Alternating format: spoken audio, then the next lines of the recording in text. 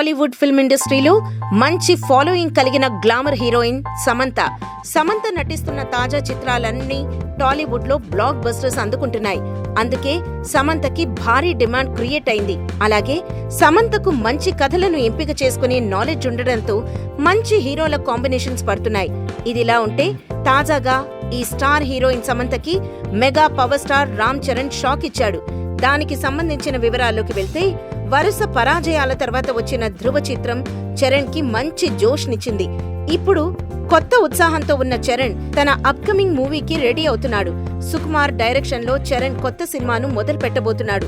ప్రస్తుతం pre production పనులు జరుపుకుంటున్న ఈ సినిమాలో స్టార్ కాస్టింగ్ కి సంబంధించిన సెలక్షన్స్ జరుగుతున్నాయి. అయితే ఈ మూవీలో హీరోయిన్ గా ఎవరిని తీసుకోవాలి అన్న దానిపై ఇప్పటికే హాట్ టాక్స్ నడుస్తున్నాయి.